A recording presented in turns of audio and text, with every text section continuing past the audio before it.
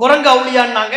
பொட்டல் புதருக்கு போனா யானைக்கு ஒரு தர்கா, அந்த பொட்டல் புது தர்காவுல முன்னால பார்த்தோம்னா ஒரு பூட்டு ஒண்ணு இருக்குது. அது ஒரு விசேஷ அவுளியா போல இருக்கு. மனசுக்குள்ள ஏதாவது ஒன்று நினைக்கணுமா, அதை நினைச்சு அந்த பொட்டல் புதர் முன்னால ஒரு சின்ன ஒரு மாடம் மாதிரி இருக்கும், அதுல போய் பூட்டை போட்டுறணும். பூட்டை மாட்டிட்டு சாவி என்ன பண்ணும், சாவியை உள்ளேயே போட்டுறணும். அப்பதானே தர்காக்காரன் அந்த பூட்டை எடுத்து விற்பான், அப்பதானே விற்க முடியும். சாவியை உள்ளேயே போட்டுறணும். போட்டோம்னா என்ன ஆகும், நம்ம கோரிக்கை நிறைவேறும். எப்படி நிறைவேறும்? இப்படி இஸ்லாத்துல மார்க்கத்துக்கு சம்பந்தமே இல்லாத காரியங்களை மார்க்கம் என்கிற பெயரில் தமிழக முஸ்லிம்கள் செய்தார்கள். எவை உண்மையில் எதிர்க்கப்பட வேண்டுமோ அவற்றை எதிர்க்க மாட்டார்கள். தௌஹீத் என்று சொல்லப்பட்டு விட்டால் போதும். இந்த தௌஹீத் கொள்கையை சொல்பவர்களோடு உங்களுடைய பிள்ளை சுற்றி கொண்டிருக்கிறார் என்று சொல்லப்பட்டால் கடும் எதிர்ப்புகளை கிளப்புவார்கள். அதுக்கு ஊரா போய் அறிவுரை சொல்வார்.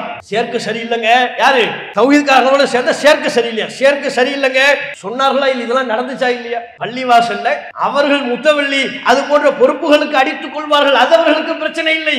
ஆனால் அந்த தௌஹீத் கொள்கையில் உள்ள ஒருவன் பள்ளிவாசலுக்குள் தொலை வந்தால் அடித்து விரட்டுவதில் தன்னுடைய ஒற்றுமையை காட்டுவார்கள். இவன் அடிச்சு விரட்டணும், இவனை ஊருக்குள்ள இருக்க விடக்கூடாது. இவன் மரணித்து விட்டால் இவனுடைய ஜனாசாவிற்கு நாம் அடக்கஸ்தலம் கொடுக்க கூடாது, சந்தூக்கு பெட்டி தரக்கூடாது. அது இன்னும் பெரிய தங்க பெட்டி மாதிரி. நீ மௌத்தா போனா உனக்கு சந்தூக்கு பெட்டி தரமாட்டேன், அந்த பெட்டிக்குள்ள வச்சு கொண்டு போனா தான் அல்லாஹ் நம்மள சொர்க்கம்னு அங்கீகரிப்பான். அந்த அளவுக்கு இவங்க நினைத்து கொண்டு விட்டார்கள். அந்த பெட்டியில என்ன போ, எங்களுக்கு என்ன வெறும் கட்டில தூக்கிட்டு போயிருவோம், கட்டில இல்லைன்னா 4 பேர் சேர்ந்து கையில தூக்கி சுமந்து கொண்டு செல்வோம், என்ன போவோம் சந்தூக்கு பெட்டி.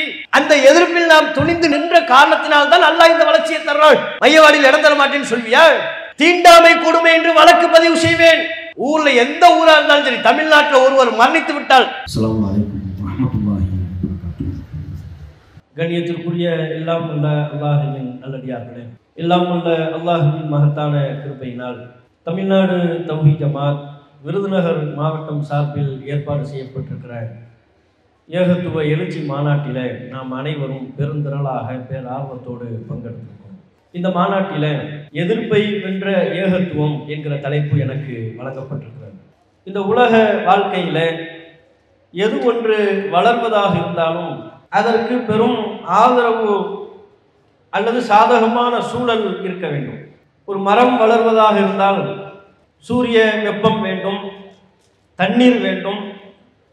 அந்த மரம் வளர்வதற்கு சாதகமான ஆதரவான சூழல் இருந்தால்தான் அது வளரும். ஒரு செடி வளர வேண்டும் என்றால் அது அருகே படர்ந்து வளர்வதற்கு எவ்வித தடைகளும் எதிர்ப்பும் இருக்கக்கூடாது. இந்த உலகத்தில் எது ஒன்று வளர்வதாக இருந்தாலும் எதிர்ப்பில்லாமல் அதற்கு ஆதரவான சூழல் இருந்தால் மட்டும்தான் வளரும். இப்படித்தான் உலகத்தில் உள்ள அனைத்தையும் நாம் பார்த்து கொண்டிருக்கிறோம். ஒரு குழந்தை வளர்வதாக இருந்தால் அதற்கு சத்தான உணவுகளை வழங்க வேண்டும், ஆரோக்கியமிக்க உணவுகளை வழங்க வேண்டும். அப்போதுதான் அந்த குழந்தை நல்ல ஆரோக்கியமான நிலையில் வளரும். ஆனால் இதற்கு நேர் எதிராக ஏகத்துவம் என்கிற இந்த ஒன்று மாத்திரம்தான் நடப்பிலே உலகத்திலே அதற்கு சாதகமான சூழல் இல்லாவிட்டாலும் நாலாபுறங்களில் இருந்து பல்வேறு எதிர்ப்புகளை சந்தித்தாலும் அல்லாஹ்வின் அருளால் அத்தகைய அனைத்து எதிர்ப்புகளையும் வென்று வெற்றி வாகை சூடக்கூடிய ஒன்றாக இந்த ஏகத்துவம் இருக்கிறது. எவ்வளவு எதிர்ப்புகள் இந்த ஏகத்துவத்திற்கு வழங்கப்படுகிறதோ அவ்வாறு எதிர்ப்புகள் கொடுக்கப்பட ஏகத்துவம் வளர்ந்து கொண்டே இருக்கும். ஏகத்துவம் என்றால் என்ன? அதைத்தான் நாம் அரபியில் தௌஹீத் என்று சொல்கிறோம். தௌஹீத் என்றால் என்ன? வணக்கத்திற்குரியவன் அல்லாஹ் ஒருவன் தான். நம்மை படைத்த இறைவன் அல்லாஹ்வை மட்டும்தான் வணங்க வேண்டும். அல்லாஹ்வை தவிர அல்லாஹ்வினால் படைக்கப்பட்ட வேறு யாரையும் எந்த பொருளையும் வணங்கக்கூடாது. அல்லாஹ்வுக்கு நிகராக இந்த உலகத்தில் கல்லையோ மண்ணையோ கற்சிலைகளையோ அல்லாஹ்வின் படைப்பினங்களில் இருந்தும் உள்ள எந்த மனிதரையோ அல்லாஹ்வுக்கு இணையாக கருதக்கூடாது. இந்த கொள்கையை மக்கள் மத்தியில் சொல்வதற்குத்தான் தௌஹீத், ஏகத்துவம். இந்த ஏகத்துவ கொள்கையை சொல்வதற்குத்தான் இறைவனால் ஒவ்வொரு காலகட்டத்திலையும் பல்வேறு தூதர்கள் அனுப்பப்பட்டார்கள். எல்லா இறை தூதர்களும் அல்லாஹ்வால் தேர்வு செய்து அனுப்பப்பட்ட அத்தனை இறை தூதர்களும் மக்கள் மத்தியில் இந்த ஏகத்துவ கொள்கையை தான் சொன்னார்கள். வலக்கது பஅஸ்னா ஃபீ குல்லி உம்மத்தின் ரசூல், ஒவ்வொரு சமூகத்திற்கும் தூதர்களை நாம் அனுப்பினோம். அந்த தூதர்கள் மக்கள் மத்தியில் சொன்ன கொள்கை முழக்கம் என்ன? அனிஅபுதுல்லாஹ வஜ்தனிபுத் தாகூத், அல்லாஹ்வை மட்டும் வணங்குங்கள், அல்லாஹ் அல்லாத வேறு எந்த தீய சக்தியும்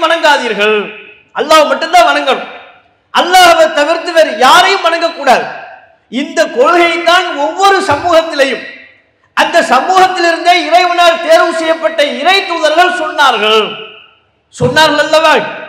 ஆதம் அலைஹிஸ்ஸலாம் அவர்கள் இந்த தௌஹீதை தான் சொன்னார்கள். நூஹ் அலைஹிஸ்ஸலாம் அவர்கள் இந்த தௌஹீதை தான் சொன்னார்கள்.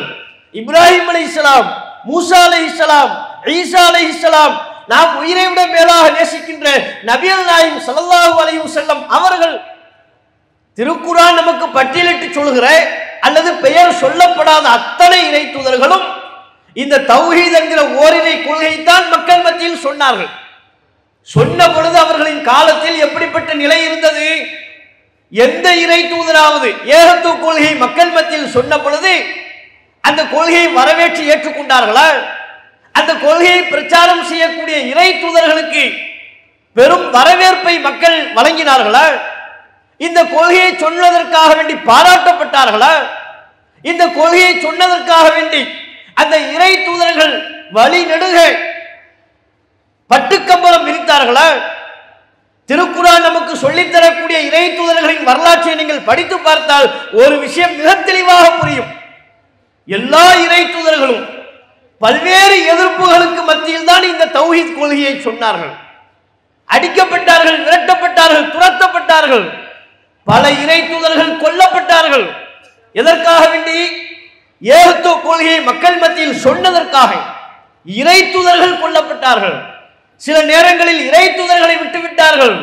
அந்த இறை தூதர்களின் கொள்கை வழி நடந்து இறை தூதர்கள் சொன்ன ஏகத்துவ கொள்கையை மக்கள் மத்தியில் சொல்லக்கூடிய மோமின்களுக்கு பல்வேறு சொல்ல முடியாத அளவிலான துன்பங்களை வழங்கினார்கள். திருக்குர்ஆன் நமக்கு சொல்லித் தருகிற வரலாறு நெடுக எதிர்ப்புகளுக்கு மத்தியில் தான் இறை தூதர்கள் இந்த ஏகத்துவத்தை முழங்கினார்கள் என்கிற பேருண்மை நம்மால் புரிந்து கொள்ள முடியும். தௌஹீதுன்னு சொன்னா கண்டிப்பா எதிர்ப்பு வரும். எப்போது நீங்கள் அல்லாஹ் ஒருவனைத்தான் வணங்க வேண்டும் என்கிற கொள்கையை சொல்கிறீர்களோ அப்போதிலிருந்து உங்களுக்கு எதிர்ப்புகள் வர ஆரம்பித்துவிடும். நூஹ் அலைஹிஸ்ஸலாம் அவர்களை எதிர்க்கவில்லையா? அல்லாஹ் ஒருவனைத்தான் வணங்க வேண்டும் என்று சொன்னதற்காக வேண்டி பைத்தியக்காரன் என்று சொன்னார்கள் நபி நூஹ் அலைஹிஸ்ஸலாம் அவர்களை. எப்பேற்பட்ட சொல்! 950 வருடம் அந்த சமூக மக்கள் மத்தியிலே வாழ்கிறார். தன் வாழ்நாளின் பெரும்பகுதியை அந்த மக்களை சீர்திருத்தம் செய்ய வேண்டும் என்பதற்காக, சரியான ஓரிரை கொள்கை அந்த மக்களை போய் சென்றடைய வேண்டும் என்பதற்காக தம்முடைய வாழ்வின் பெரும்பகுதியை கழிக்கின்றார். அத்தகைய இறை தூதரை பார்த்து அந்த மக்கள் சொன்ன வார்த்தை என்ன? பைத்தியக்காரன் என்று சொல்லி இகழ்ந்தார்கள். லஇல்லம் தந்தஹி, நூஹ் நபிக்கு எச்சரிக்கை விடுத்தார்கள். நூஹே, நீங்கள் இந்த ஏகத்துவ கொள்கையை சொல்வதிலிருந்து பின்வாங்காவிட்டால் உம்மை நாம் கல்லால் எறிந்து கொள்வோம், கல்லாலே அடித்து கொள்வோம் என்று சொன்னார்கள். நூஹ் அலைஹிஸ்ஸலாம் அவர்களை எத்தனை ஆண்டு காலம் பிரச்சாரம் செய்தார்கள்? அந்த மக்கள் வரவேற்பை கொடுத்தார்களா? எதிர்ப்பு தான் மிஞ்சியது. அந்த எதிர்ப்புகளுக்கு மத்தியில் தான் பன்னெடுங்காலமாக நபி நூஹ் அலைஹிஸ்ஸலாம் அவர்கள் ஏகத்துவ பிரச்சாரத்தை சொன்னார்கள். ஒரு கட்டத்திலே நூஹ் அலைஹிஸ்ஸலாம் அவர்கள் சலிப்படைந்து இனி இந்த சமூகத்திலிருந்து சொற்பமான நபர்களை தவிர வேறு எவரும் ஈமான் கொள்ள மாட்டார்கள் என்கிற நிலை ஏற்பட்டதற்கு பிறகு அல்லாஹ்விடம் பொறுப்பை ஒப்படைத்தார்கள். இறைவா, நீ எனக்கு வழங்கிய அவாசத்திற்கு உட்பட்டு இந்த தௌஹீத் கொள்கையை மக்கள் மத்தியில் சொன்னேன். இதற்கு மேல் இவர்கள் திருந்துவதாக இல்லை. குறிப்பிட்ட ஒரு சாரார் தான் என்னுடைய கொள்கையை ஏற்றுக்கொண்டிருக்கிறார்கள்.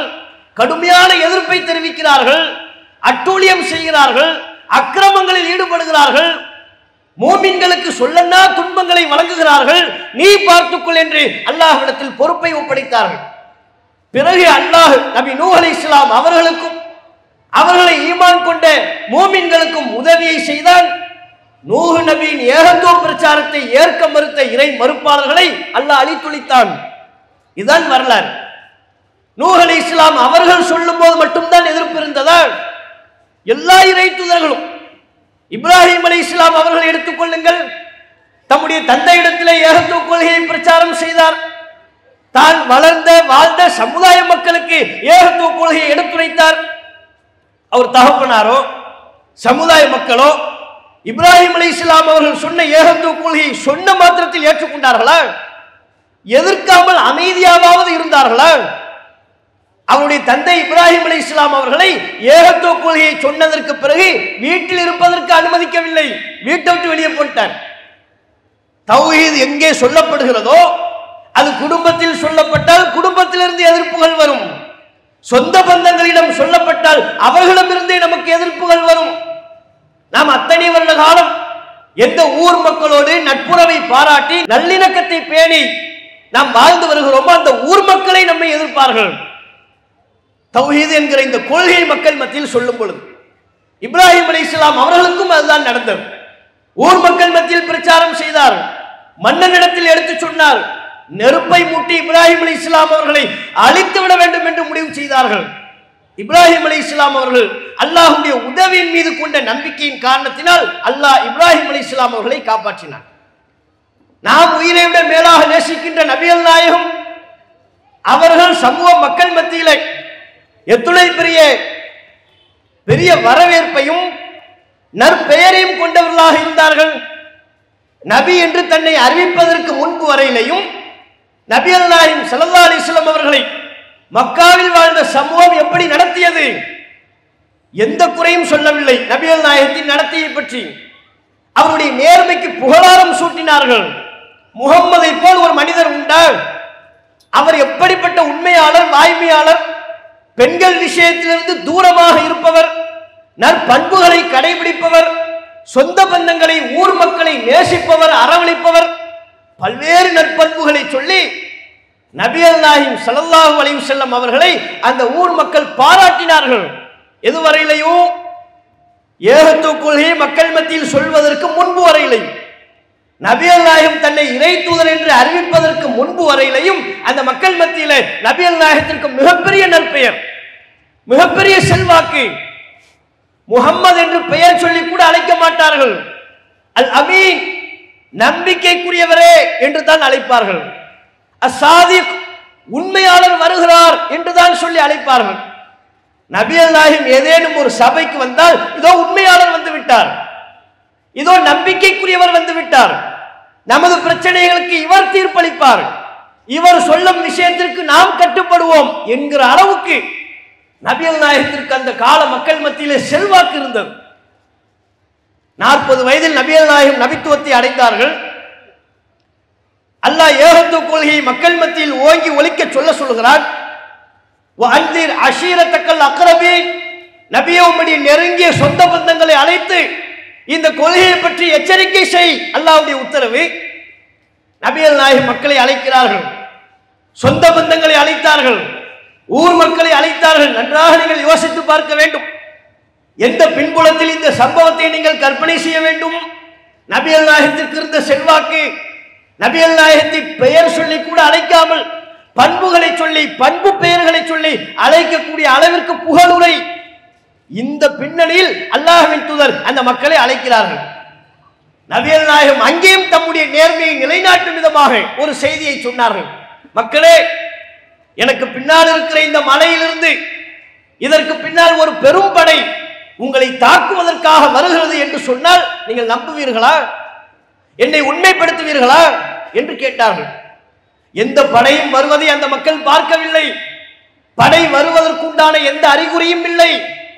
ஆனால் இருந்த பொழுதும் அந்த மக்கள் சொன்னார்கள், நபிகள் நாயகத்தின் நேர்மையின் மீது அவர்களுக்கு இருந்த நம்பிக்கையினால் சொன்னார்கள், முஹம்மதே, நிச்சயமா நாங்கள் உங்களை நம்புவோம். உங்களுக்கு பின்னால் இருக்கிற மலையின் புறத்திலிருந்து ஒரு படை வரும் என்று சொன்னால் நாங்கள் உங்களை உண்மைப்படுத்துவோம். என்ன காரணம்? மா ஜர்ரபுனா அலைக்க இல்லா சிதுகா, உண்மையை தவிர நீங்கள் எங்களோடு இருந்த காலகட்டத்தில் அனுபவத்தில் நாங்கள் வேறு எதனையும் உம்மிடம் கண்டதில்லையே. அவ்வளவு உண்மை. நீங்க போய் பேசி நாங்க பார்த்திருக்கிறோமா? இல்லாத ஒரு செய்தியை சொல்லி அவதூறு சொல்லி பார்த்திருக்கிறோமா? எப்பேற்பட்ட உண்மையாளர் என்கிற அளவுக்கு ரசூலுல்லாஹ் நற்பெயரை சேர்த்திருந்தாங்க. அப்படியா? தெரிந்து கொள்ளுங்கள், லா இலாஹ இல்லல்லாஹ், வணக்கத்திற்குரியவன் அல்லாஹ் ஒருவன் தான். முஹம்மதாகிய நான் அல்லாஹ்வின் தூதர், இந்த செய்தியை நான் உண்மையைத்தான் சொல்கிறேன் என்று ஏகத்துவ கொள்கையை சொன்னார்கள். சொன்ன மாத்திரத்தில் எந்த வாய்கள் நபிகள் நாயகத்தை அதுவரையிலையும் புகழ்ந்ததோ அந்த வாய்கள் நபிகள் நாயகத்தை இகழ்ந்து பேசியது. கீழிருந்து மண்ணை எடுத்து நபிகள் நாயகத்தை நோக்கி வீசினார்கள். தப்பன் லக்கையா முஹம்மது, முஹம்மதே உமக்கு அழிவு உண்டாகட்டும் என்று சபித்தார்கள். அலிஹாதா ஜமாஅத்தனா, இந்த கொள்கையை சொல்வதற்குத்தான் எங்களை அழைத்தீர்களா என்று எதிர்த்தார்கள். ஊர் மக்கள் எதிர்த்தார்கள், ரசூலுல்லாஹ்வுடைய சொந்த பந்தம் எதிர்த்தது, நபிகள் நாயகத்தின் பெரிய தகப்பனார் அவருடைய தகப்பனாரோடு உடன் பிறந்தவர்கள் எதிர்த்தார்கள், சின்னப்பா பெரியப்பா எல்லாம் எதிர்க்கிறாங்க. ஒரு ஆதரவு இல்லை. ரசூலுல்லாஹ்வுடைய அருமை மனைவி அன்னை ஹதீஜா ரலியல்லாஹு அன்ஹா, அபூபக்கர் ரலியல்லாஹு அன்ஹு அவர்களை போன்று விரல் விட்டு எண்ணக்கூடிய ஒரு சிலரை தவிர நபிகள் நாயகம் சொன்ன கொள்கைக்கு ஏற்பு நிலை வரவில்லை. எதிர்ப்பு தான் இருந்துச்சு. எவ்வளவு எதிர்ப்பு இருந்தது? ரசூலுல்லாஹ் மக்காவில் நிம்மதியா வாழ விடலை, வீட்டுக்குள்ள நிம்மதியாக தூங்க விடவில்லை. நபிகள் நாயகம் அல்லாஹ்வின் புறத்திலிருந்து தமக்கு அறிவிக்கப்படுகிற செய்திகளை மக்கள் மத்தியில் சொல்வதற்கு, பிரச்சாரம் செய்வதற்கு கூட அனுமதிக்கல. இன்றைக்கு அல்லாஹ்வின் அருளால் இவ்வளவு பெரிய மாநாடு என்று திரட்டி ஆயிரக்கணக்கான மக்கள் புடைசூழ இந்த கொள்கையை எடுத்து சொல்லக்கூடிய நிலையை அல்லாஹ் நமக்கு தந்திருக்கிறானே. ரசூலுல்லாஹ்வுக்கு ஆரம்பத்தில் அந்த நிலை இருந்ததா? ஒளிந்து கொண்டு மறைந்து கொண்டு ஒவ்வொரு நபித்தோழரின் வீட்டிற்குள் தஞ்சம் அடைந்து கொண்டு இந்த கொள்கையை சொல்லக்கூடிய நிலைதான் நபிகள் நாயகத்திற்கு இருந்தது. அந்த காலகட்டத்தில் ரசூலுல்லாஹ் மக்காவில் போய் தொழுது கொண்டிருந்தால் ஒட்டக குடலை தூக்கி வீசுவார்கள், நபிகள் நாயகத்தின் முதுகின் மேல் போடுவார்கள். எப்பேற்பட்ட நற்பண்புக்கு சொந்தக்காரர் பாருங்க. ஊர் மக்களுக்கு அவர் கெட்டது நினைக்கல, இதுவரையிலே ஊர் பேர் அவர் கெடுத்ததில்லை. எல்லா மக்களுக்கும் நல்ல தொண்டுகளை செய்பவதில் நன்கு அறியப்பட்டவர்களாக நபிகள் நாயகம் இருந்தார்கள். நல்ல ஒரு இளைஞர். அவர் இளமை பருவத்தை கடந்து வருகின்ற பொழுது மக்கமா நகரத்தில் அவரை விட சிறந்த இளைஞர் யாரும் இல்லை. அந்த அளவிற்கு மக்கள் மத்தியில் நற்பெயர் உண்டு. அப்பேற்பட்ட நற்பண்புக்கு சொந்தக்காரர் நபிகள் நாயகம் இந்த ஏகத்துவத்தை எடுத்துரைத்ததற்கு பிறகு பள்ளிவாசல தொழவிட மாட்டேன்னாங்க. தொழுதா ஒட்டக குடலை தூக்கி நபிகள் நாயகத்தின் முதுகின் மேல் போட்டு விடுவார்கள். ரசூலுல்லாஹ் சஜிதாவில் இருக்கும் பொழுது ஒட்டக குடலை தூக்கி போட்டா எழுந்து நிமிர முடியுமா? குர்பானி காலகட்டங்களிலே மாட்டின் குடலை நாம் பார்த்திருப்போம், எவ்வளவு கனமா இருக்கும். அவ்வளவு பெரிய மாட்டின் குடலை ஒருவரின் முதுகில் சுமத்தினால் முடியுமா? அவரால் நிமிர முடியுமா? அந்த குடலை உதறி தள்ள முடியுமா? இதைவிட பிரம்மாண்டமானது, எடை அதிகம் உள்ளது ஒட்டகத்தின் குடல். அதனை நபிகள் நாயகத்தின் முதுகின் மேல் போட்டு நபிகள் நாயகத்தை நசுக்கினார்கள், சிரமப்படுத்தினார்கள். யாரும் அதை மீட்பதற்கு, அந்த துன்பத்திலிருந்து நபிகள் நாயகத்தை மீட்டெடுப்பதற்கு தயாரில்லை. அவ்வளவு நெருக்கடி. அதற்கு பிறகு அவர்களின் மகளார் வந்தார்கள், ஏனைய நபித்தோழர்கள் வந்து நபிகள் நாயகத்தை மீட்டெடுத்தார்கள். ரசூலுல்லாஹ்வை கொல்ல முயற்சித்தார்கள். நபிகள் நாயகத்தின் இந்த கொள்கையை பின்பற்றிய வலிமை குறைந்த மூமின்களை பல்வேறு இன்னல்களுக்கு ஆளாக்கினார்கள். பிலாலை அடித்து உதைத்தார்கள், அம்மார் அவர்களை கொன்றார்கள், யாசீர் அவர்களை கொன்றார்கள், சுமையா அவர்களை கொன்றார்கள். இன்னும் ஏராளமான நபித்தோழர்களை அவர்கள் இல்லாமல் ஆக்கினார்கள். பல நபித்தோழர்கள் மக்காவை விட்டு அபிசீனியாவிற்கு துரத்தப்பட்டார்கள், அகதிகளாக சென்றார்கள். எவ்வளவு எதிர்ப்பு இருந்துச்சு மக்காவில்? கொஞ்ச நஞ்ச எதிர்ப்பா? நபிகள் நாயகம் தம்முடைய வாழ்க்கையில் மக்காவில் அந்த குறிப்பிட்ட கால ஆண்டுகளிலே ஏகத்துவத்தை சொல்கின்ற பொழுது எவ்வளவு எதிர்ப்புகளை சந்தித்தார்கள் என்பதையே மணிக்கணக்கில் சொல்லணும். காரணம், அவ்வளவு எதிர்ப்புக்கு உரியது இந்த தௌஹீத். இந்த ஏகத்துவ கொள்கை எந்த நாட்டில் சொன்னாலும் சரி, எந்த மொழி பேசுகிற மக்கள் மத்தியில் எடுத்துரைத்தாலும் அல்லாஹ் ஒருவனைத்தான் வணங்க வேண்டும். நீங்கள் வணங்குகிற கல் கடவுள் அல்ல, நீங்கள் வணங்குகிற மண், நீங்கள் வணங்கக்கூடிய கற்சிலைகள், நீங்கள் எந்த தர்காக்களுக்கு சென்று எந்த மகான்கள் என்று சொல்லிக்கொண்டு அவரிடத்தில் கையேந்துகிறீர்களோ அவர்கள் யாரும் கடவுளின் தன்மை அவர்களுக்கு இல்லை. அல்லாஹ் ஒருத்தன் தான் இறைவன். உங்களுடைய தேவைகளை அவன் ஒருவனிடம் மட்டுமே கேட்க வேண்டும் என்று சொல்கின்ற பொழுது அவர்களின் பழமைவாத காலம் காலமாக நம்பப்பட்ட மூட நம்பிக்கைகளை அடித்து நொறுக்கும் பொழுது இந்த தௌஹீத் கொள்கை அப்படிப்பட்ட அடித்து நொறுக்குதலை செய்கின்றது. காலம் காலமாக பின்பற்றப்பட்டு வந்த மூட நம்பிக்கைகளை மண்ணோடு புதை செய்யக்கூடிய கொள்கை தௌஹீத். சொன்ன உடனே ஏற்றுக்குவாங்களா? அவ்வளவு எதிர்ப்புகள். எந்த மக்காவிலிருந்து அகதியாக துரத்தப்பட்டார்களோ, எந்த மக்காவில் ஓடி ஒளிந்து கொண்டு இறைவனை நிறைவேற்றக்கூடிய நிலைக்கு தள்ளப்பட்டார்களோ, அந்த மக்காவின் மன்னராக நபிகள் நாயகம் மாறவில்லையா? அந்த மக்காவின் முழு அதிகாரத்தை அல்லாஹ் ரப்புல் ஆலமீன் நபிகள் நாயகத்தின் கையில் வழங்கினானா இல்லையா? நபிகள் நாயகம் சொன்ன ஏகத்துவ கொள்கை மக்காவிலும் மக்காவை தாண்டிய அரபு பிரதேசங்கள் அனைத்திலையும் ஏகத்துவ கொள்கை என்கிற இந்த தௌஹீதே மிகைத்து நிற்கக்கூடிய அளவிற்கு ஒரு வளர்ச்சி அல்லாஹ் கொடுத்தானா இல்லையா? காரணம் என்ன? இந்த கொள்கையை சொல்லும் பொழுது எவ்வளவுக்கு எவ்வளவு எதிர்ப்புகள் வருகின்றதோ, எவ்வளவுக்கு எவ்வளவு அந்த எதிர்ப்புகளை நாம் தாங்குகின்றோமோ, எதிர்ப்புகளை துணிவோடு சந்திக்கின்றோமோ, அந்த எதிர்ப்புகள் அனைத்திலையும் உறுதி குலையாமல் அல்லாஹ்வுடைய உதவியின் மீது, அவன் சொல்லக்கூடிய தௌஹீதின் மீது அசைக்க முடியாத நம்பிக்கை கொண்டிருக்கிறோமோ, அவ்வளவுக்கு அவ்வளவு அல்லாஹ் நமக்கு வளர்ச்சியை தருவான். எந்த ஊரா இருந்தாலும், எந்த நாடா இருந்தாலும் இந்த கொள்கையை சொன்னா எதிர்ப்பு வரும். வேறு எதையுமே இந்த அளவுக்கு எதிர்க்க மாட்டாங்க. நீங்க ஊர்ல எந்த நம்ம சிவாசில என்ன நிலைமை, இன்றைக்கு அல்லாஹ்வின் அருளால் ஆயிரக்கணக்கான மக்கள் திரண்டு இவ்வளவு பெரிய ஒரு மாநாடு, ஒரு கண்குளிர்ச்சியான நிகழ்வு. அல்ஹம்துலில்லாஹ், அல்லாஹ்வுக்கு எல்லா புகழும். ஆரம்பத்தில் 4 பேர் 5 பேர் இருக்கும்போது பள்ளிவாசல தொலை விட்டாங்களா? சின்ன பள்ளி பெரிய பள்ளி என்று இவர்களை பேர வைத்துக் கொண்டு இவங்க அதுலேயும் பெரிய பள்ளிக்கு சின்ன பள்ளின்னு பேர் வைப்பாங்க. எல்லா ஊர்லையும் இந்த கிறுக்கு தான், எல்லா ஊர்லையும் இந்த கோக்குமாக்கு ஏன் நடக்குது இல்லை. பெரிய பள்ளியா இருக்கும், அதுக்கு பேர் சின்ன பள்ளின்னு வைப்பாங்க. சின்ன பள்ளியா இருக்கும், அதுக்கு பெரிய பள்ளின்னு வைப்பாங்க. சரி, அதை விட்டுருவோம். சின்ன பள்ளி பெரிய பள்ளி என்று பிரித்து வைத்துக் கொண்டு இந்த ஏகத்துவ கொள்கையை கடைபிடிக்கக்கூடிய சகோதரர்கள் வெறும் 4 பேர்களாக இருந்த நிலையில அவங்களுக்கு வரவேற்பு இருந்துச்சா? பள்ளியில தொழ அனுமதித்தார்களா? பள்ளிவாசலுக்குள்ள விட்டார்களா? அவர்கள் அந்த கொள்கையில் இருக்கிறார்கள் என்பதற்காக வேண்டி அவர்களின் குடும்பத்தினருக்கு கொடுத்த நெருக்கடிகள் எத்தனை எத்தனை நெருக்கடி. அவன் இந்த கொள்கையில் இருக்கிறான் என்று சொல்லி சொல்லி தௌஹீத்காரனாக நஜாத்காரனாக இருக்கிறான். உங்க வீட்டில் ஒரு நஜாத்காரன் இருக்கிறான், இது நம்ம ஊருக்கு ஆபத்து. எப்படி பாருங்க, எதெல்லாம் டேஞ்சரோ எதெல்லாம் ஆபத்தோ அதையெல்லாம் ஆபத்தை பார்க்க மாட்டாங்க. குடிக்கிறவன் இருப்பான், குடிகாரன், அது இவங்களுக்கு பிரச்சனை இல்லை. குடிகாரனோட ஒருத்தர் சேர்றான்னு வைங்க, அதுவும் இவங்களுக்கு ஆபத்து இல்லை, பிரச்சனை இல்லை. கஞ்சா குடிக்கிறவன் இருப்பான், அவனும் டேஞ்சர் இல்லை, பிரச்சனை இல்லை. தான் வீட்டு பிள்ளைங்க தன்னுடைய சகோதரர்கள் அனைவரும் அந்த கஞ்சா குடிக்கையோட ஊரு சுத்திக்கிட்டு இருப்பாங்க, பிரச்சனை இல்லை. அடிதடி ரவுடி குரூப் இருக்கும்ல, அங்கங்க போய் பஞ்சாயத்து ஊர் பலா முசீபத்தை இழுக்கிறது. சிவாசி விட்டு வெளியே போனான் அப்படின்னு சொன்னா வரும்போது 4 பலா முசீபத்தோட தான் வருவான். அப்படியான குரூப்புகள் இருப்பாங்க. அந்த குரூப்புகளோட சேர்ந்து தங்களுடைய பிள்ளைகளோ தங்கள் குடும்பத்தின் நண்பர்களோ ஊர் சுட்டி கொண்டிருந்தால் அது இவர்களுக்கு பிரச்சனை இல்லை. அவங்க வீட்டில் போய் சொல்லுவாங்க, உங்க பையன் வெளியே சிகரெட்டு குடிச்சிட்டு இருக்கிறாங்க, பீடி குடிச்சிட்டு இருக்கிறாங்க, கெட்ட கெட்ட பசங்களோட சேர்ந்து சுத்திக்கிட்டு இருக்கிறாங்க, ஒரு டைப்பா சுத்துறாங்க, போய் சொல்லி பாருங்க. அதை பெரிதா கண்டு அப்படியே குடிக்கிறானா, நான் போனா மறைச்சிடுவான் பாய், இது இவர் போனா மறைச்சிடுவானா, அது அவங்க பெரிய ஒரு பெருமையாக சொல்லிக் கொள்வார்கள். அப்போ சிகரெட்டு குடிக்கிறது பிரச்சனை இல்லை, அந்த நபர்களோட பழகிறது பிரச்சனை இல்லை, கஞ்சா குடிக்கிறது அந்த குரூப்புகளோட சேர்றது எதுவுமே அவங்களுக்கு பிரச்சனை இல்லை. எது பிரச்சனை? நஜாத்காரனோட சேர்ந்து சுத்திக்கிட்டு இருக்கிறான், தௌஹீத்வாதியோட சேர்ந்து சுத்திக்கிட்டு இருக்கிறான்னு போய் சொல்லி பாருங்க, சட்டையை போட்டுக்கிட்டு வெளியே வந்து தௌஹீத்காரனோட சேர்ந்து சொல்லி இன்னா லில்லாஹி வ இன்னா இலைஹி ராஜிஊன். எவை உண்மையில் எதிர்க்கப்பட வேண்டுமோ அவற்றை எதிர்க்க மாட்டார்கள். தௌஹீத் என்று சொல்லப்பட்டு விட்டால் போதும். இந்த தௌஹீத் கொள்கையை சொல்பவர்களோடு உங்களுடைய பிள்ளை சுற்றி கொண்டிருக்கிறார் என்று சொல்லப்பட்டால் கடும் எதிர்ப்புகளை கிளப்புவார்கள். அதுக்கு ஊரா போய் அறிவுரை சொல்வாங்க, சேர்க்க சரியில்லைங்க. யாரு?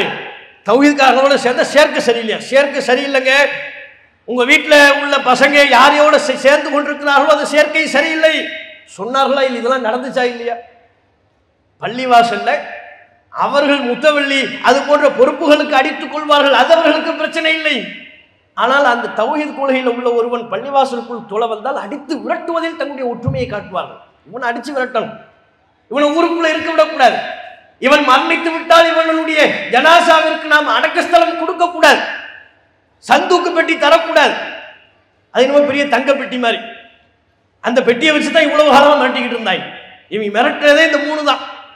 நீ மௌத்தா போனா உனக்கு சந்தூக்கு பெட்டி தரமாட்டேன், அது தங்க பெட்டி இல்லை, அந்த பெட்டிக்குள்ள வச்சு கொண்டு போனா தான் அல்லாஹ் நம்மள சொர்க்கம்னு அங்கீகரிப்பான். அந்த அளவுக்கு இவங்க நினைத்து கொண்டு விட்டார்கள்.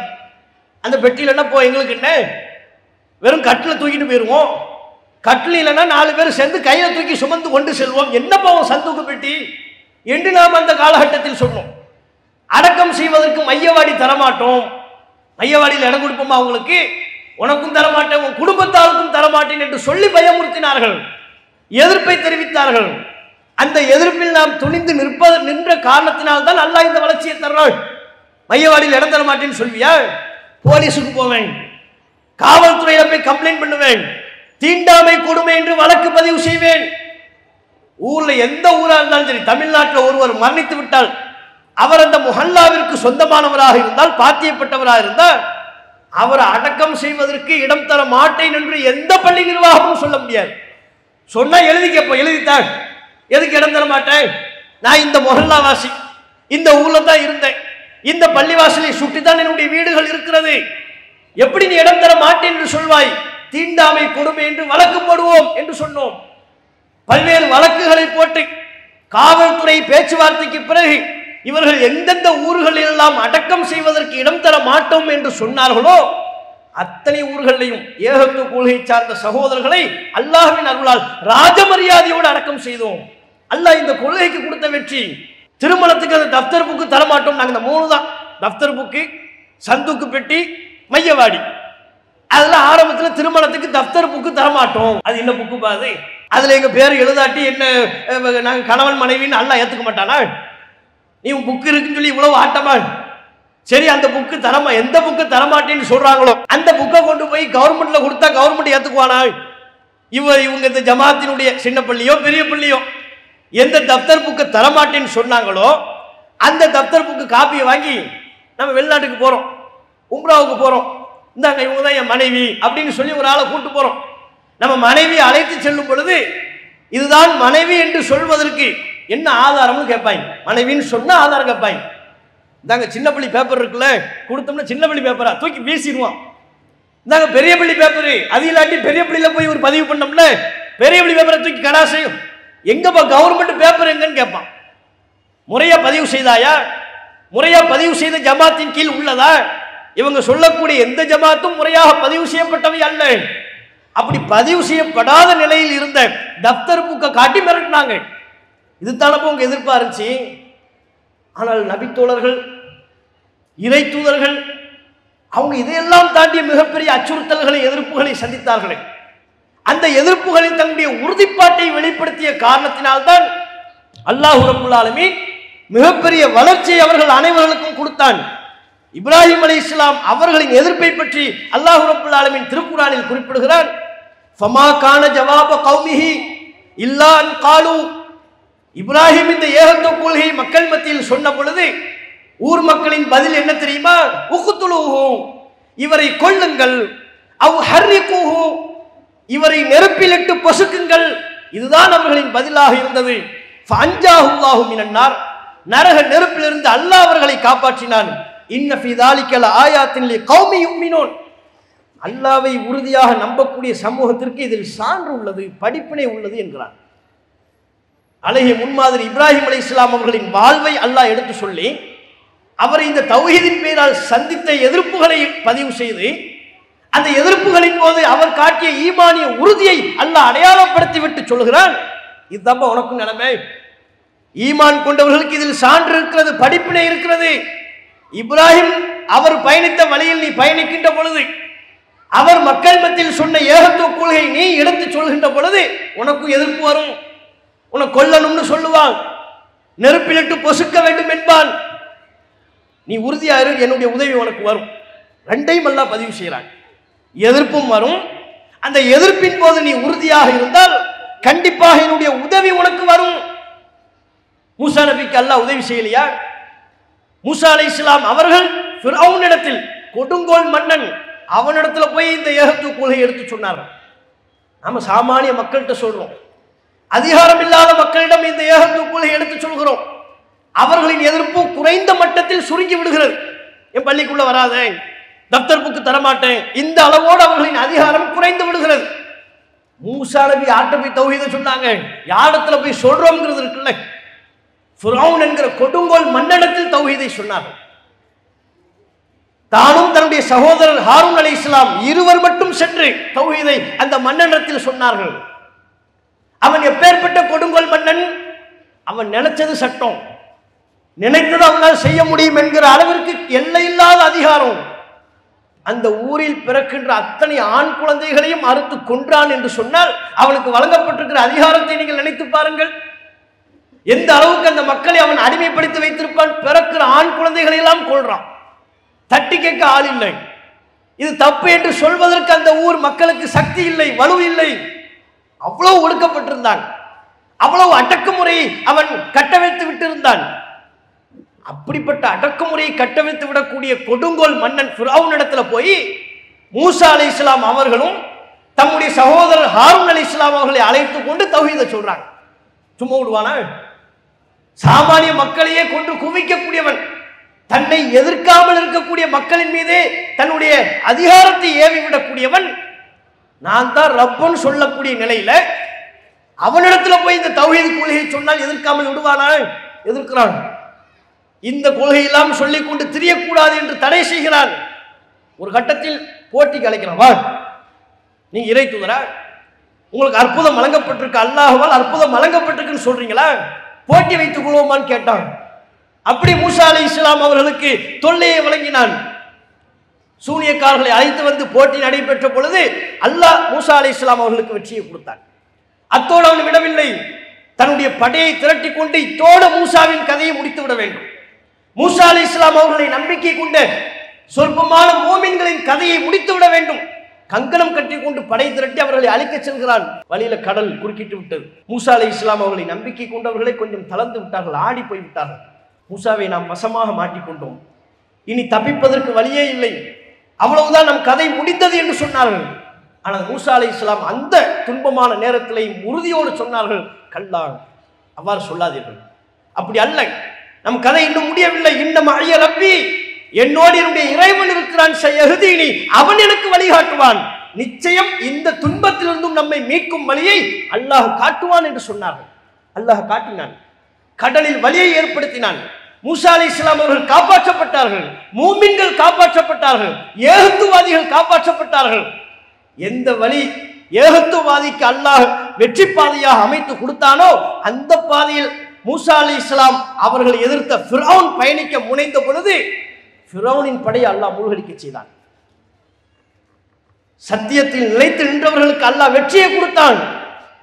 அந்த சத்தியத்திற்கு தொல்லை தந்தவர்கள், அந்த ஏகத்துவத்தை எதிர்த்தவர்கள், அந்த ஏகத்துவத்தை புரிந்து கொள்ளாமல் அது பற்றி பல்வேறு விதமான இன்னல்களை வழங்கியவர்களுக்கு திருந்தாத பொழுது அல்லாஹ் உங்களுக்கு அழிவை ஏற்படுத்தி கொடுத்தான். இதுதான் வரலாறு, இதுதான் இஸ்லாம் நமக்கு சொல்லித்தரக்கூடிய வரலாறு. நாமும் தமிழகத்தில் இன்றைக்கு ஒரு மிகப்பெரிய வளர்ச்சி நிலையை அடைந்திருக்கிறோம் என்றால் எதிர்ப்புகளை சந்தித்து சந்தித்து இந்த தௌஹீத் வளர்ந்தது. நீங்க சிவாசி விருதுநகர் மட்டுமல்ல, விருதுநகர்ல ஒவ்வொரு ஊர்லையும் சிவாசி, இன்னும் ஏனைய ஊர்கள், ராஜபாளையம் என்று எல்லா ஊர்லையும் ஆரம்ப காலகட்டத்தில் தௌஹீத் சகோதரர்கள் 4-5 பேரா 10 பேர் 15 பேரா இருக்கும் பொழுது அவங்க சந்தித்த கஷ்ட நஷ்டம், அவங்க சந்தித்த இன்னல்கள், நிம்மதியை தூங்க விட்டாங்களா? ஒரு மௌத்தை கூட நிம்மதியை அடக்கம் செய்ய விடாத அளவிற்கு கொடுமை. அப்படி என்ன நாங்கள் செஞ்சோம்? இவ்வளவு எதிர்ப்பு தெரிவிக்கக்கூடிய வகையில் எங்களை அடிக்க பாய்ந்தார்கள், பள்ளிவாசலிருந்து துரத்தி விட்டார்கள், பள்ளிவாசலில் விரலை அசைத்து தொழுதால் விரலை ஒடித்தார்கள், குண்டு கட்டாக தூக்கி ஹவுஸ்ல தூக்கி போட்டு முக்கினார்கள். வாசல் வரையிலையும் வந்து ஜமாத் நடந்து கொண்டிருக்கும்.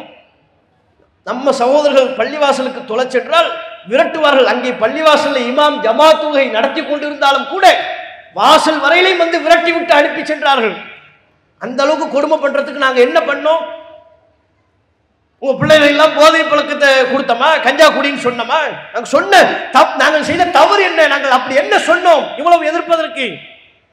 தௌஹீதத்தானப்பா சொன்னோம், அல்லாஹ் மட்டும் வணங்கணும்னு சொன்னோம். நபிகள் நாயகம் தான் நம்முடைய தூதர். நபிகள் நாயகத்தை தவிர்த்து வேறு யாரும் இறை தூதர் அல்ல, வஹி அல்ல. ரசூலுல்லாஹ் மட்டும் தான் பின்பற்றணும், இமாம்களை பின்பற்ற கூடாதுன்னு சொன்னோம். இது தப்பா? இது சொன்னதற்காக இத்தனை அடிகளா, உதைகளா, ஊர் நீக்கமா? யோசிச்சு பாருங்க. வரதட்சணை வாங்காதீங்க, நாங்க நம்ம செய்த பிரச்சாரங்களை எல்லாம் பாருங்கள், இதெல்லாம் எதிர்க்கப்பட வேண்டியதா? எதிர்ப்பதற்கு கொஞ்சமா நியாயம் வேண்டாமா? எதிர்ப்பதற்கு கொஞ்சமேனும் இது எதிர்க்கப்பட வேண்டிய விஷயமா என்று சிந்தித்து பார்க்க வேண்டாமா? அந்த தெருவில் 4-10 சகோதரர்கள் ஒன்று சேர்ந்து ஒரு மார்க்க பிரச்சார பொதுக்கூட்டம் ஏற்பாடு பண்ண எதிர்க்கிறது. நீங்க மேடை போட்டுருவியா, பிரச்சாரம் பண்ணிருவியா? இப்ப இல்லை, ஒரு 20 வருஷத்துக்கு முன்னால, 10 வருஷத்துக்கு முன்னால 10-20 சகோதரர்கள் ஒன்று கூடி அந்த ஊர் மக்களை திருத்துவதற்காக கொள்கை பிரச்சாரத்தை முன்னெடுத்தால் அதை தடுத்தார்கள், அதை எதிர்த்தார்கள். ஆனா அதே ஊர்ல ஒரு மேடை போட்டு சினிமா பாடல் நடத்துவாங்க, இன்னிசை கச்சேரி, மௌலதுங்கிற பேர்ல. ரசூலுல்லாஹ் புகழ்றாங்கல்ல, ரசூலுல்லாஹ் புகழ்கிறோம் என்கிற பேரில் இன்னிசை கச்சேரிகளை நடத்துவார்கள், அரைகுறை ஆடையோடு பாடல்களை நடத்துவார்கள். அதை எதிர்த்திருக்கிறாங்களா என்னைக்காவது? அது தடுக்கப்பட்டிருக்கிறதா? அதுக்காக வேண்டி போலீஸ் ஸ்டேஷன்ல போய் ஒரு ஜமாத்து தலைவர், ஒரு முத்தவள்ளி, ஒரு இமாம் கம்ப்ளைண்ட் பண்ணீங்களா? எங்க ஊர் பசங்களை கெடுக்கிறாங்க, ஆடல் பாடல் இன்னிசை கச்சேரிகள் நடத்தி ஊரை கெடுக்க பார்க்கிறா என்று சொன்னார்களா? எந்த அநியாயத்துக்கும் இவர்கள் ஸ்டேஷனுக்கு போனதில்லை, கம்ப்ளைண்ட் கொடுத்ததில்லை. நாம் தௌஹீதை சொல்ல செல்கின்ற பொழுது மாத்திரம் இவர்கள் நம்மை எதிர்த்தார்கள். இவங்க ஸ்டேஷனுக்குன்னு போனதை நம்மளை எதிர்த்தான். அவன் வீட்டில் தீ பற்றி எரியும் போது கூட ஸ்டேஷனுக்கு போனதில்லை, அல்லாஹ் பார்த்துக்குவான்னு விட்டாங்க.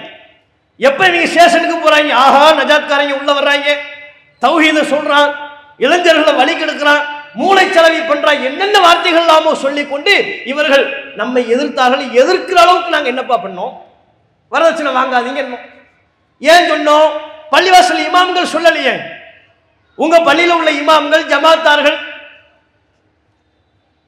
அவங்கெல்லாம் பள்ளிவாசல்ல வரதட்சணை வாங்கி திருமணம் நடத்தப்படுவதை கண் கொண்டு பார்த்து எவ்வளவு தொகை பேரம் பேசப்படுகிறது என்பதை எல்லாம் அறிந்து அதை தப்புன்னு அவங்க திருமண உரையில ஒரு நிமிடம் இதை தவறு, இது அநியாயம், இது அல்லாஹ் ஏற்றுக்கொள்ள மாட்டான், இந்த அநியாயத்தை செய்யாதீங்கன்னு சொன்ன அவ்வளவுதான், முடிஞ்சு போச்சு. இமாம்கள் சொல்லல, நீங்கள் மதகுரு என்று யாரை வைத்திருந்தீர்களோ அவர்கள் இந்த மக்களை சரியாக வழிநடத்தவில்லை. அதனால தானே சொன்னோம், திருமணத்தில் வரதட்சணை வாங்காதீங்க, வரதட்சணை கொடுக்காதீங்க, இது பெண்களுக்கு இழைக்கப்படுகிற அநியாயம், அநீதி. இந்த அநீதியை அல்லாஹ் சும்மா விட மாட்டான். நியாயமின்றி பெண்களிடமிருந்து நாம் பணத்தை பறித்தால், பணமாகவோ நகையாகவோ, ஏன்னா அந்த காலகட்டத்தில் தமிழ்நாட்டில் வரதட்சணை அவ்வளவு தலைவிரித்து ஆடியது. மாப்பிள்ள ஒன்றும் படிக்காதவனா இருப்பான், 4ஆம் கிளாஸ் 5ஆம் கிளாஸ் தாண்டி இருக்க மாட்டான், அவனுக்கு வரதட்சணை பேசுவாங்க பாருங்க. மாப்பிள்ள 6வது வகுப்பு வரையும் படிச்சிருக்காரு, பெரிய பட்ட படிப்பு, 6வது வகுப்பு வரையும் படிச்சிருக்கிறாரு, 50,000 கொடுங்க. எது 6ஆம் வகுப்பு படிச்ச பேக்காம், அவனுக்கு 50,000 வரதட்சணை. அதுவே பெரிய பெரிய படிப்பு படிச்சிருந்தா எவ்வளவு வாங்கியிருப்பாங்க. பொண்ணு பார்க்க போறோம்னு ஒரு குரூப்பு கிளம்பும், இந்த தொகையை ஃபர்ஸ்ட் பேசிட்டு வந்தாச்சா அடுத்து ஒரு குரூப்பு கிளம்பும், முக்காடு போட்டுக்கிட்டு போவாங்க, ஆட்டோவில் இறங்குறது கும்பலா, வழிப்பறி கும்பல் தான் அது. வீட்டுக்குள்ள போய் செய்திகளையா சொல்லுவாங்க, நகை எவ்வளவு போடுறிய, நகை எவ்வளவு போடுறீன்னு கேட்டு அவங்ககிட்ட இருந்தாலும் பதில எதிர்பார்க்கணும். பதில எதிர்பார்க்கறதுக்கு முன்னால ஒரு செய்தி சொல்லுவாங்க, மூத்த மருமக 40 சவரன் நகை போட்டு வந்தாக, நீங்க எவ்வளவு போடுவீங்க? ஒரு செய்திக்கு சொன்ன, ஒரு தகவலுக்கு சொன்னோம். அப்படின்னா என்ன, மூத்த மருமக 40 பவுன் நகை போட்டு வந்திருக்கிறார், நீ எவ்வளவு போடுவே? அதை விட கூடுதலா போடு, இல்ல உன்னை மதிக்க மாட்டோம், உன் பொண்ணை கொடுமைப்படுத்துவோம். எல்லாமே தமிழ்நாட்டில் நடந்துச்சுங்க. நம்ம என்ன கற்பனையாக சொல்றோம்? நடக்காத நாம கற்பனை செய்து சொல்கிறோமா? வரதட்சணை கொடுமை அவ்வளவு தலைவிரித்து ஆடியது. ஜமாத்தார்கள் முன்னிலையில் இந்த அநியாயம் அரங்கேறியது. அதன் காரணத்தினாலேயே இளம் பெண்கள் பலர் தங்களுடைய வாழ்வை தொலைக்கக்கூடிய அளவிற்கு உண்டான ஒரு அநியாயம். வரதட்சணை பேசிடுவான், பெண்ணை பெற்ற தகப்பன் பள்ளிவாசல்ல அறிவிப்பு செய்வான். ஜமாத்து தொழுகை முடிந்ததற்கு பிறகு, ஜமாத்தார்களே எனக்கு 2 குமர் இருக்கிறது, 3 குமர் இருக்கிறது, திருமணம் பேசி இருக்கிறேன், நகையாக இவ்வளவு போட வேண்டும், அதற்கு எனக்கு பொருளாதாரம் தேவைப்படுகிறது, இரக்க குணம் கொண்டு எனக்கு உதவி செய்யுங்கள், அல்லாஹ் உங்களுக்கு அருள் செய்வான். பள்ளிவாசல்ல வயோதிகர்கள் எழுந்து நின்று இந்த அறிவிப்பு செய்யக்கூடிய அவல நிலையை நம் சமூகத்தில் பார்த்தோமா இல்லையா? நம்ம சமூகத்தை தாண்டி வேற எங்கேயாவது இந்த அவல நிலை நடந்துச்சா? கோயில்ல இப்படி யாராவது அறிவிப்பு செஞ்சு பார்த்துருக்கிறோமா? என் பிள்ளைக்கு எனக்கு 2 குமர் இருக்கு, நான் வரதட்சணை கொடுக்கணும், நீங்க தாங்கன்னு கேட்டிருக்கிறாங்களா? தேவாலயங்களில் இப்படியான அறிவிப்பு செய்யப்படுவதை பார்த்திருக்கிறோமா? அப்போ வரதட்சணை எந்த அளவிற்கு சகிக்கப்பட்டு விட்டது, நம் சமூகத்தில் சகிக்கப்பட்ட ஒன்றாக இருந்தது. மிகப்பெரிய கொடுமை. அதை ஆளுங்கள் தப்பு என்று எடுத்து சொல்லாத காரணத்தினால் நாங்கள் சொன்னோம், வரதட்சணை வாங்க மாட்டோம் என்றோம். அன்றைய காலகட்டத்திலிருந்து இப்போது வரை இந்த கொள்கையை ஏற்று பயணிக்கக்கூடிய தௌஹீத் சகோதரர்கள் வரதட்சணை இல்லாமல் தங்கள் சக்திக்கு உட்பட்ட மகரை கொடுத்து திருமணம் செய்கிறார்கள். அப்படிப்பட்ட இளைஞர்களை உருவாக்கி இருக்கிறோம். இது நாங்கள் பண்ண தப்பா? இது இந்த கொள்கையை ஏற்படுத்திய மாற்றம். எந்த ஒரு தனி நபருக்காகவும் ஒரு ஜமாத்து சொல்கிறது என்பதற்காக அல்ல, மார்க்கம் இதை சொல்கிறது என்பதற்காக. தௌஹீத் இந்த நல்லற பண்பைத்தான் நமக்கு போதிக்கின்றது என்பதற்காக வேண்டி ஏகத்துவாதிகள் கடைபிடித்தார்கள். அதுவும் அந்த காலகட்டத்தில் வரதட்சணை இல்லாம கல்யாணம் பண்றதுன்னா அது பெரிய சவால். எல்லாரும் பெரிய அளவுக்கு நகை பணம் என்று வாங்கி கொண்டிருந்த பொழுது வரதட்சணை வேண்டாம் நீங்க சொல்லுவாங்க. ஜமாத் முத்தவள்ளி அந்த கொத்தமல்லி போயிடுவார், பாத்தியா வரதட்சணை வேண்டாமா, மாப்பிள்ளைக்கு ஏதோ குறை இருக்குன்றாங்க, கிளப்பி விட்டாங்க. மாப்பிள்ளைக்கு ஏதோ குறை இருக்கிறது, அதனால்தான் தர்ற பணத்தை வேண்டாம் என்கிறார்கள், வர்ற நகையை வேண்டாம் என்கிறார்கள். அந்த அவச்சொல் பழிச்சொல்லை எல்லாம் தாண்டி இந்த கொள்கையில உறுதியாக நின்று இளைஞர்கள் இன்றைக்கு உருவாக்கி இருக்கிறார்களே, இது எதிர்க்கப்பட வேண்டிய ஒண்ணா? இது பாராட்ட வேண்டாமா? நீங்க இமாம்கள், ஜமாத் தலைவர்கள், முத்தவள்ளிகள்லாம் இதை வரவேற்றிருக்க வேண்டாமா? இதே போன்று சமூகத்தில் ஏற்பட்ட பல்வேறு கொடுமைகள். பெண்களை பள்ளிவாசலுக்கு அனுமதிக்க மாட்டாங்க, தர்காவுக்கு அலோட் பண்ணிடுவாங்க. தர்கா பள்ளிவாசல் அட்டாச்மெண்டோட இருக்கும். பள்ளிக்கு போறதுக்கு முன்னால உள்பள்ளியில போய் தொழுவதற்கு முன்பாகவே 2 தர்கா இருக்கும். பெரிய அடங்க ஒரு பச்சை போர்வை அதில் போர்த்தி இருப்பார்கள். எல்லா பள்ளிவாசலையும் அதான நிலைமை. தமிழகம் முழுக்க பல்வேறு பள்ளிவாசல்கள்ல தொழுகை பள்ளிக்குள்ளே நுழைவதற்கு முன்பாகவே தர்காக்கள் பள்ளிவாசலுக்குள்ளே நிரப்பப்பட்டிருக்கிறது. அங்க உள்ளுக்குள்ள போய் அல்லாஹ் அக்பர்னு சடங்கு சம்பிரதாயமா குனிஞ்சு நிமிர்ந்துட்டு வந்துருவாரு. துவா செய்வது எல்லாமே இந்த கபூர்ல தான், இந்த கல்லுல தான். எப்பேற்பட்ட அநியாயம்! இதை எந்த இமாம்களா தப்புன்னு சொன்னாங்களா? காலம் காலமா பள்ளிவாசலுக்கு பக்கத்திலே மார்க்கம் தடுத்த இந்த தர்காவை வைத்து பாதுகாத்து கொண்டிருக்கிறார்களே. தர்காவுக்கு எதிராக, கபர்களுக்கு எதிராக நபிகள் நாயகம் சொன்ன அத்தனை செய்திகள் முன்பே உங்களுக்கு சொல்லப்பட்டது. தரை மட்டத்திற்கு மேல் உள்ள எந்த கபரையும் தரையோடு தரையாக சமமாக்காமல் விடாதீர்கள். மேல் ரொம்ப எலும்பி இருந்துச்சுன்னா அதை இடிச்சிருங்க. ஒரு அளவுக்கு மண்ணை போட்டு மேலே ஏற்றலாம். கட்டடமாக கட்டுவது கூடாது, அதன் மீது எழுதுவது கூடாது, அங்கே நின்று பிரார்த்தனை செய்வது கூடாது. எல்லாவும் நபிமொழிகளில் நமக்கு மிக தெளிவாக எடுத்து சொல்லப்பட்டிருக்கும் பொழுது இதுல உள்ள ஒரு நபிமொழியாவது பள்ளிவாசல் உள்ள ஆலிம்கள் சொன்னாங்களா? என்னங்க பள்ளிவாசல்ல தர்கா இருக்கு, உள்ள தொழுதுட்டு இங்க வந்து துவா கேட்குறீங்க? அல்லாஹ்ட்ட தாங்க துவா கேட்கணும். அல்லாஹ் சொல்கிறான், வைதா சஅலக இபாதி அன்னி ஃபஇன்னி கரீப். என்னுடைய அடியான் என்னை பற்றி கேட்டால் நான் அவனுக்கு மிக அருகில் இருக்கிறேன் என்று சொல்லுங்கள். உஜீபு தஅவத தாஇ இதா தஆனி.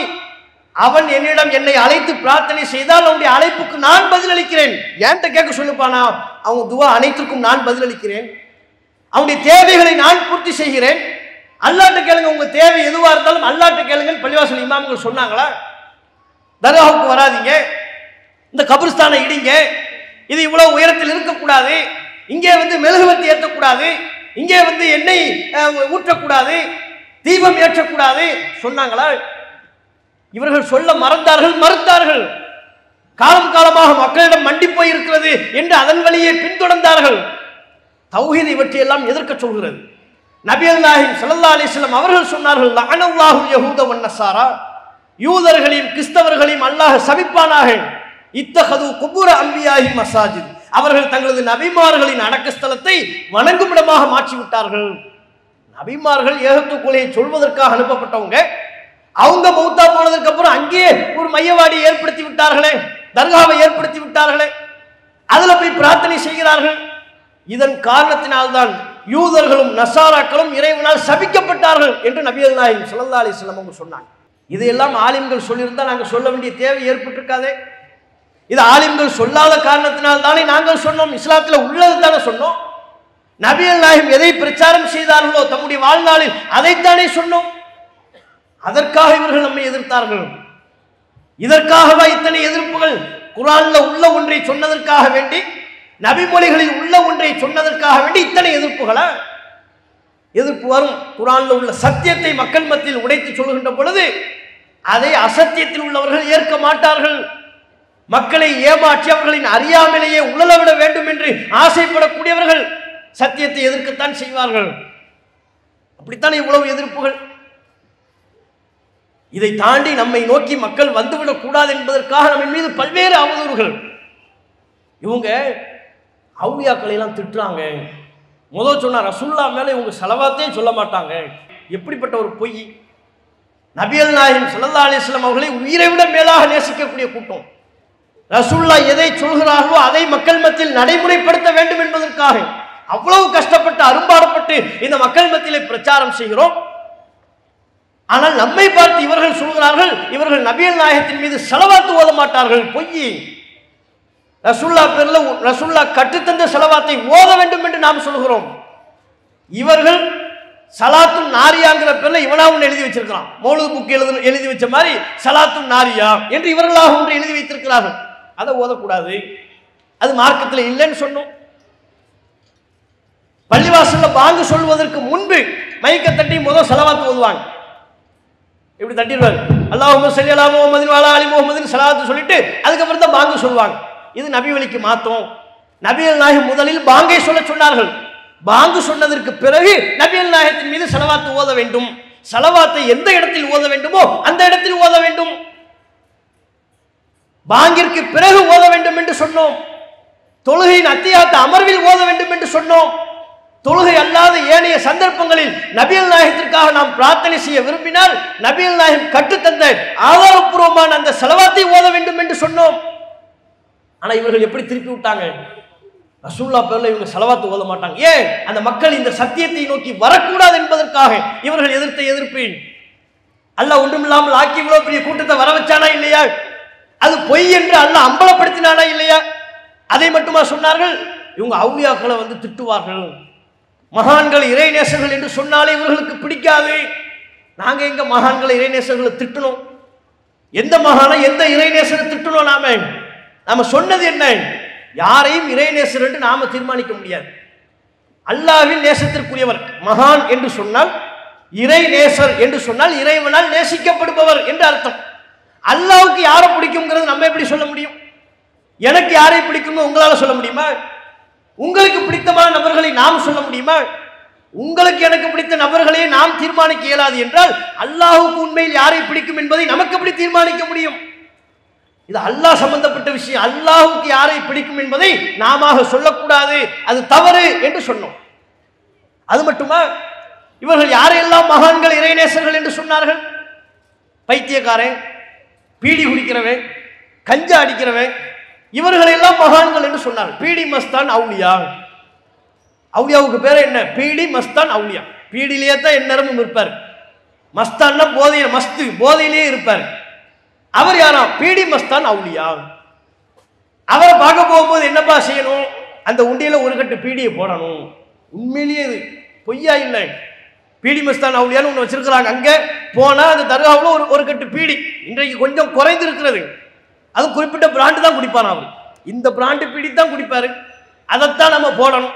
அதல்லாத வேறு பிராண்டு போட்டோம்னா அவர் குடிக்க மாட்டார். அவுலியா கோவப்பட்டுவார் இப்படின்னு சொன்னாங்க. இதை நாம திட்டணும். ஏன்டா பீடி குடிக்கிறோம் அவுலியாவா? உங்க பையன் சிகரெட்டு குடிச்சா நீங்க ஏத்துக்குவீங்களா?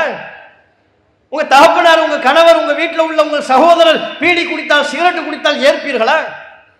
அது வெறுக்க மாட்டீங்க. எந்த செயலை மனிதர்கள் செய்தால் நீங்கள் வெறுப்பீர்களோ அதே செயலை செய்யக்கூடிய ஒருவனை அல்லாஹ் நேசிக்கிறான் என்று சொல்கிறீர்கள் அபாண்டமா என்று நாம கேட்டோம். பீடி குடிக்கிறவன் எப்படிங்க அல்லாஹ்வுக்கு அவுலியாவா இருக்க முடியும்? இறைவன் எப்படி அவனை நேசிப்பான் என்று கேட்டோம். இது தப்பா? சடபக்கீர் அவுலியா, அது தமிழகம் கண்ட அவுலியாக்கள். சடபக்கீர் அவுலியா, அது யாருப்பா? சடபக்கீர் அவுலியா குளிக்கவே மாட்டான். வருஷ கணக்கில் குளிக்கிறது இல்லை. ஒரு நாள் 2 நாள் குளிக்கிறது இல்லை, அந்த சமாச்சாரம் இல்லை. வருஷ கணக்கில் குளிக்க மாட்டான்.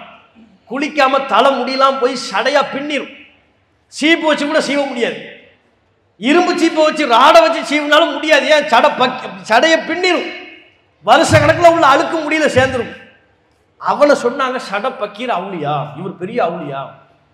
எப்படிங்க ஏற்றுக்கொள்ள முடியும்? தூய்மை இல்லாமல் இருக்கின்ற ஒருவரை நாம் நேசிப்போமா?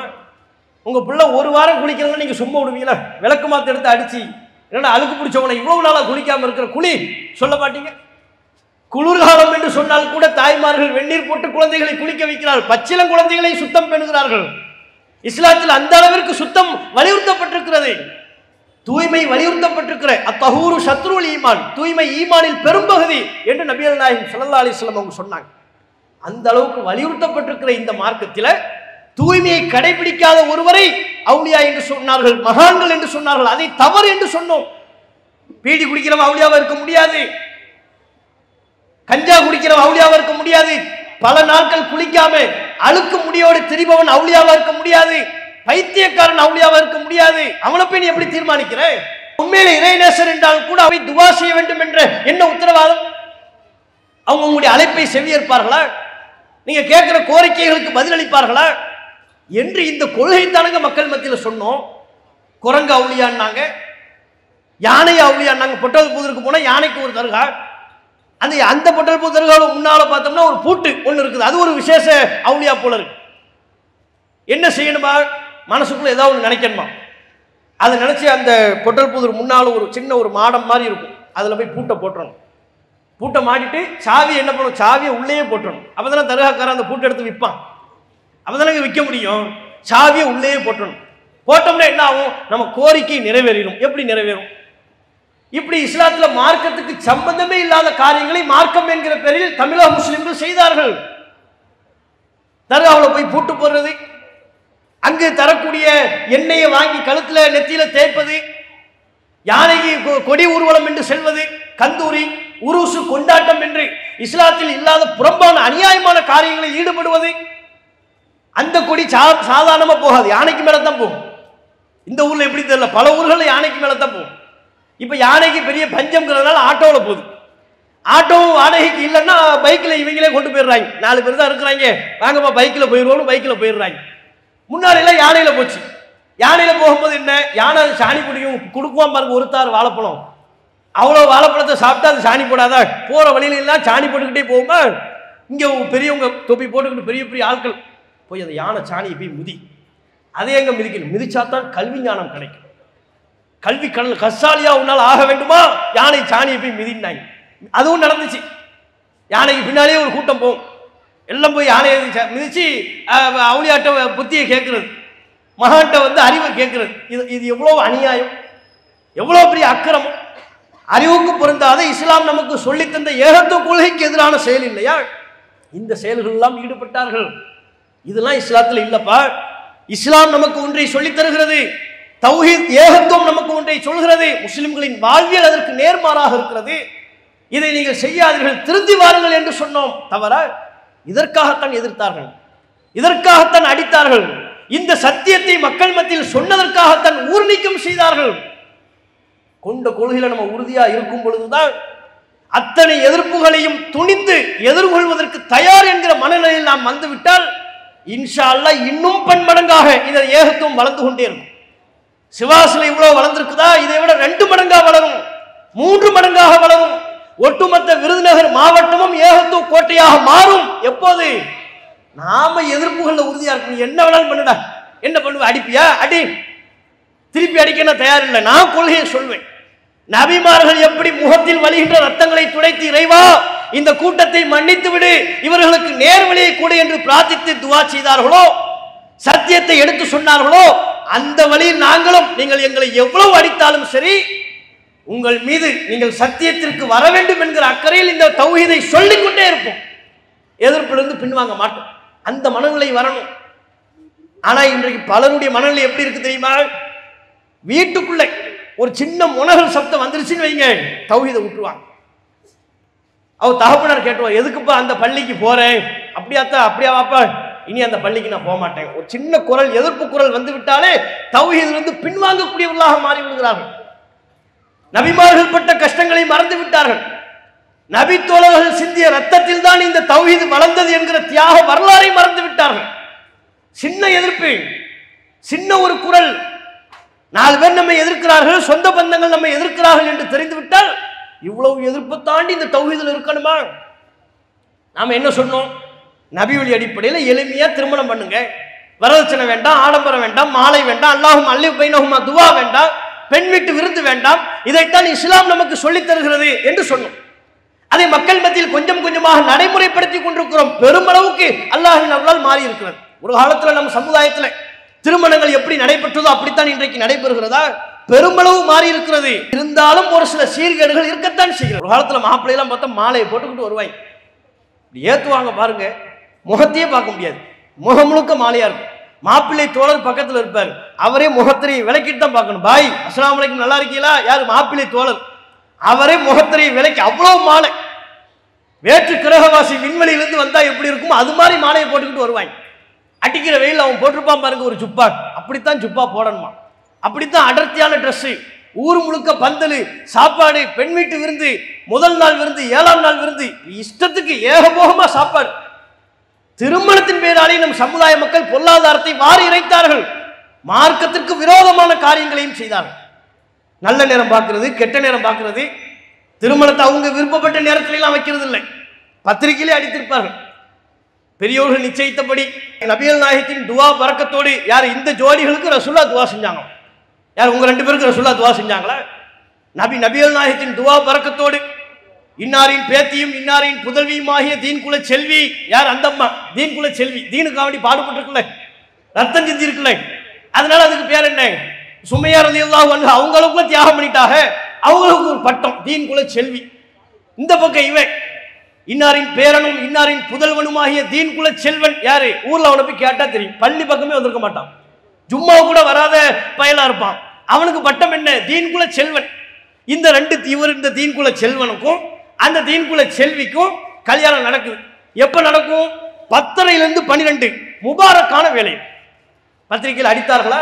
அப்ப நல்ல நேரம் பார்த்து, கெட்ட நேரம் பார்த்து, சகுனம் பார்த்து, வாழை மரம் நட்டு, பந்தல் நட்டு, பிற மதங்களில திருமணங்களின் போது என்னென்ன சடங்கு சம்பிரதாயம் பார்க்கப்படுகிறதோ அத்தனையும் பார்த்தாங்க. ஆரத்தி எடுத்தாங்க, ஆரத்தி எடுப்பாங்க. வத்தல், மஞ்சள், எலுமிச்சம்பழம் எல்லாவற்றையும் வைத்துக் கொண்டு மாப்பிள்ளைக்கு பொண்ணுக்கு ஆரத்தி எடுப்பாங்க, காலில் ஊத்துவாங்க. பிற மதங்கள்ல சடங்கு சம்பிரதாயங்கள் அத்தனையும் முஸ்லிம்கள் செய்து கொண்டிருந்தார்கள். இதை தப்புன்னு சொன்னோம், இது வேண்டாம் என்று சொன்னோம்.